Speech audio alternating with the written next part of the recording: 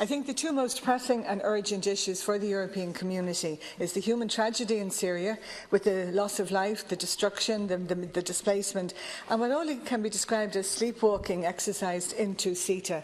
And I listened to the Taoiseach's speech on CETA and the very long list of positive reasons to support it, but there was no mention of the ISDS, there was no mention of protection of public services, nor the provisional application in the nor a Doyle debate, or nothing about the need to ratify.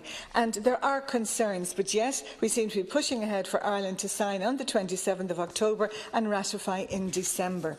Now, there is disquiet, there are concerns, there is criticism, and there is outright opposition to this and TTIP and to the EPAs. And the critics are not anti-trade. But why is there this rush to sign while the EU is waiting on a decision from the European Court of Justice on the EU-Singapore Free Trade Agreement?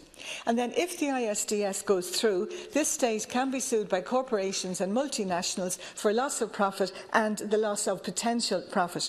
And while this aspect appears to be removed from the provisional application, we know that it's not gone. So my questions are, do these investor courts have any place in trade deals? Will Ireland seek a ruling from the European Court of Justice on the ISDS? And what way will Ireland vote on the ISDS mechanism if there is an option against its inclusion? I do think the Shannon motion recently has to be taken into account, and also the very serious aspects in terms of the Constitution, our Constitution, and signing it. And I do think the advice of the Attorney-General should be sought. There is another aspect to this, and that's in relation to our development aid, the development aid from Ireland and the EU, because it seems that the private sector will be the driver of the new Sustainable Development Goals. And there is a real possibility of development aid from Ireland and from the EU being used to underwrite or to de-risk private sector investment and loans. There's a particular implication for agriculture. What we're seeing is European food exports and European food companies becoming increasingly dominant across Africa. And that's contributing to unemployment on African lands. It's contributing to food security risks, to rural flight and to migration. So there is a need for a human rights assessment of the effect of EU and Irish agricultural investments in Africa, in the same way that the Danish agricultural group Arla have carried out. Because increasingly we are seeing an emphasis in the EU and in international aid on terms like strategic advantage, commercialisation, and it's particularly, I think, undermining the very, very reputable reputation that we have when it comes to aid. I think what Syria is showing is how ineffective the EU and the United Nations are.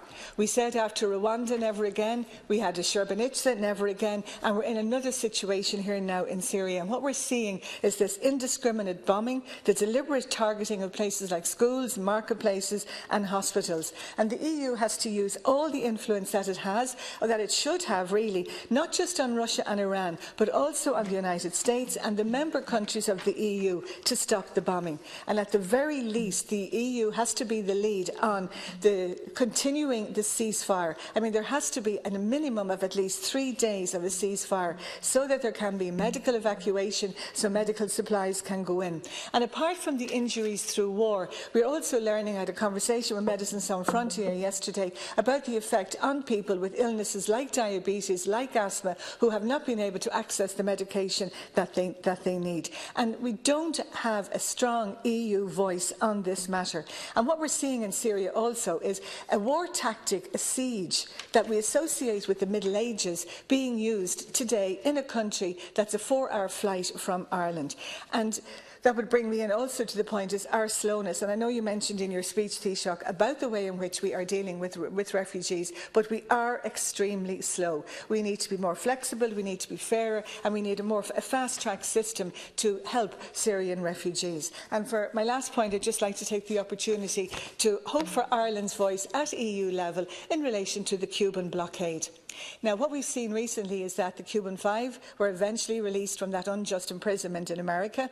We do see that due to the campaigns and the intervention of people like Pope Francis and the support of President Obama, easing of better diplomatic relations and the easing of some travel restrictions. But the blockade continues. It's illegal and it is immoral, and it's having disastrous effects on the people of Cuba.